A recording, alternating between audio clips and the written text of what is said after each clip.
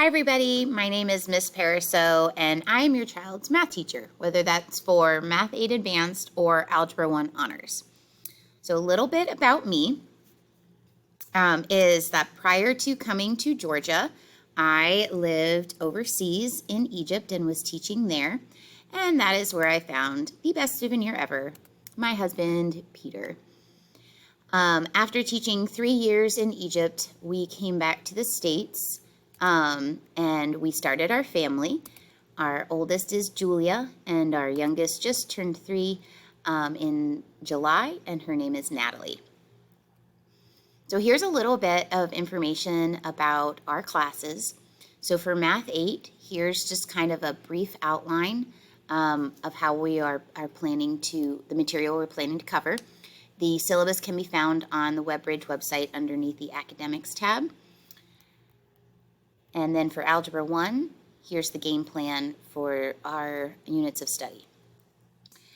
The grading scale breaks down into the major assessments, 60%, minor assessments, 40%, and practice is really, it's 0. It's just to kind of inform you and the student about their progress and what kind of work they're doing to prepare for those quizzes and tests. So it does not impact their overall score directly, but it does kind of give you a sneak peek into what they are doing in the classroom and how they're performing on the current material. Now, in Algebra 1, Semester 2 has the potential for looking a little bit different. As of right now, there's an end of course test, which is 20% of the grade. Now, that is always subject to change, so if they decide to cancel it, I will let you know about any updates with the grading scale for Algebra 1. My help sessions are Wednesdays, 8:15 to 8:50. I do have 2 different math courses. Students are more than welcome to come. It's not run as a typical class. It's those that were absent and they need to come in for catch-up. They want to work on homework and ask questions as needed. They have a skill that they would like to request extra practice on. All of those things I can do for them in the help sessions. It's really not a study session right before a test. It's to come in and fine-tune those areas of weakness that your child might be having, just get that extra practice, and have someone there ready to ask those questions for. Moving forward, if we find that the help sessions are becoming kind of crowded or it's hard for me to get around to everybody, I will try to break up my help sessions on different days. Again, I'll always keep you posted with my availability. So my expectations for all of my students is really just to be self-directed learners. I want them to kind of manage their own learning, their successes and their failures, reflect on their learning process. Feel free to ask me questions when they don't understand. And the biggest thing this year is called the Teacher Challenge. I've had it every year. I let students know that I make mistakes too, the mistakes that I warn them about, and I know that correcting an adult might seem intimidating, so I give the students this phrase of teacher challenge, and if they can prove to me that I did make a mistake and find a way to show me the correct way to do it, I usually reward them with candy, and then I have to admit that they have corrected me. So I encourage that. We are growing together. I never say check the answer key. I say check to see if you agree with what I got. Very careful about that because, again, we all make mistakes, and I want to learn from that. So hopefully your child already has all their materials that they need for class. We do keep a math journal, which is just a spiral-bound notebook or composition notebook. They're welcome to keep it here in the classroom or take it home with them. It's just to do any of the brainstorming math with like our warm-ups and so forth. Every now and then we will be using our devices. I never really know too far in advance, so it's just always coming prepared with all of these materials is very helpful. And thank you to those that have sent in some wish list items. I truly appreciate it. So here's our classroom. We're out in the portables off of the 800 hall. It is quite a trek coming from some of the other classes, so I allow some leeway for getting here on time, within a minute or so, because I get it. Hallways are crowded, lockers, etc. So here's a little sneak peek inside what the classroom looks like. We are seated in groups. When your child comes in, this is what they will see on the board. Their job is to, as soon as they arrive in class, to have a seat, and they should be checking the agenda board. It has the goals, what we're doing for the day, homework, important dates. And then once they've kind of checked in over there, they can go ahead and get started on the do now, the warm-up question. And there's also that reminder right in here. You can see right here that it says, don't forget, check the board, make sure you know what your homework is, and so forth. All right, so here's like a close-up of what that looks like. The Math 8 class is on the left. I have rearranged this since I took this picture, but you can see we always have our target information. What is our goal at the top? What's our game plan? What are the things that we have to get through for the day? Where's our homework and important dates? It's very important that every time they come in that they should have an agenda book or someplace they can take a picture, whatever is going to help them remember it. I encourage them to write it down, take a picture, put it in their phone, alerts, whatever it needs to be. And then always in the upper left-hand corner is the date, what the lunch schedule is for the day, and our help session. So the help session is daily reminder on the board. It's also posted on Teams every day.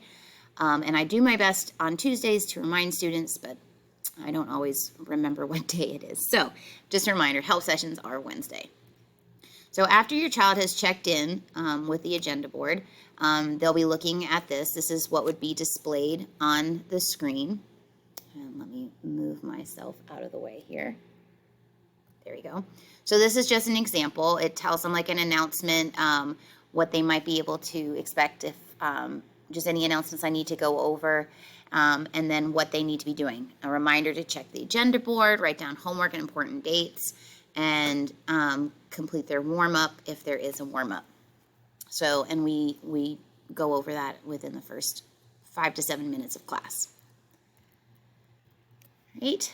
And then in our class, after warm-up and all of that stuff, we just have some daily activities. It could be a discovery activity. I really like when students are learning to recognize patterns and put together rules for themselves.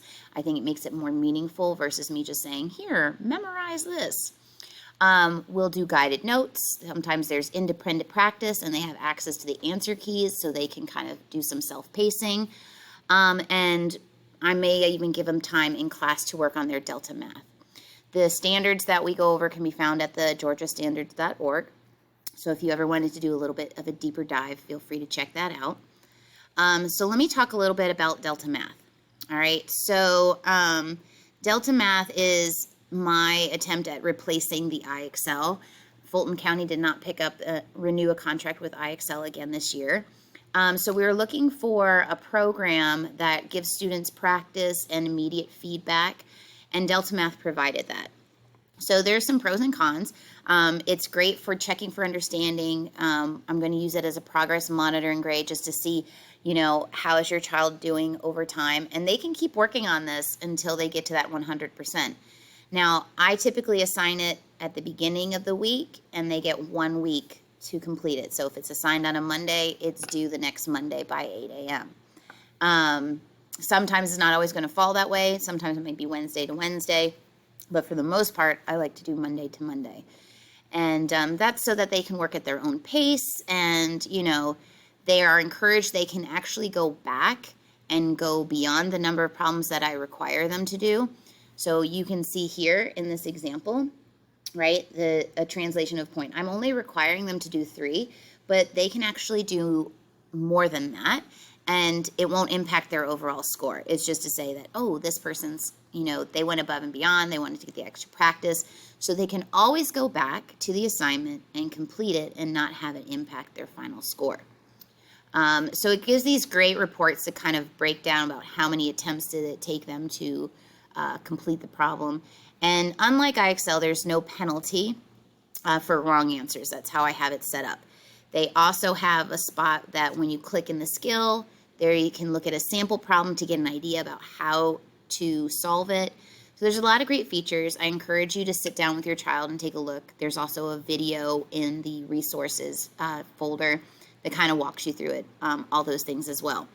So just know that I would recommend that students kind of keep track of their work, whether it be in a notebook, a sheet of paper, dry erase board, but we want to really avoid that mental math because we want to start showing our evidence, showing our thinking, and being able to prove our reasoning. That helps us, especially if we're getting things wrong, to go back and do the review and the reflect. Okay? So you may have seen in my newsletter the OneNote and Teams videos that kind of show you the whole setup for OneNote and Teams. And the important parts in OneNote are the resources and every unit tab. So in the resources tab, there's the Desmos class code, there's Delta math information, and then there'll be resources based off of each unit. So in those resources, you'll find videos that support anything we've been learning. And then for the teams, this is what an example of a daily post that I would have. I always post what we did in class, and it lines up to what's being done in OneNote, how it's labeled in OneNote, their homework, help sessions, and any important dates. So I'm posting there daily. So if you're ever wondering what's going on in your child's classroom in math, Teams is the place to check, and then follow up with OneNote. All right, and hopefully you guys are all getting my weekly newsletter. It is just me sending a link, and it should be updating. You should be able to bookmark it and then check back. I do update that on Fridays. If I forget on a Friday, it might happen over the weekend, but all that information will be given to you. So it kind of gives you a rundown of what did we actually cover that week, what's the game plan for next week, and then everything else kind of gives you is the standard, like a reference sheet. What are the homework and expectations? Like, here's some videos if you don't remember where to look. So hopefully you're finding all that information helpful. I have loved getting to know some of your kids here in class. It's great to have them back in person, and I hope we can continue on working this way. Please feel free to email me if you have any questions or concerns. Just make sure to include your child's first and last name and their class period. I'm still getting everyone situated. I want to make sure I can know who's who and how to respond appropriately. All right, well, I look forward to working with your child and you this year, and I will see you around.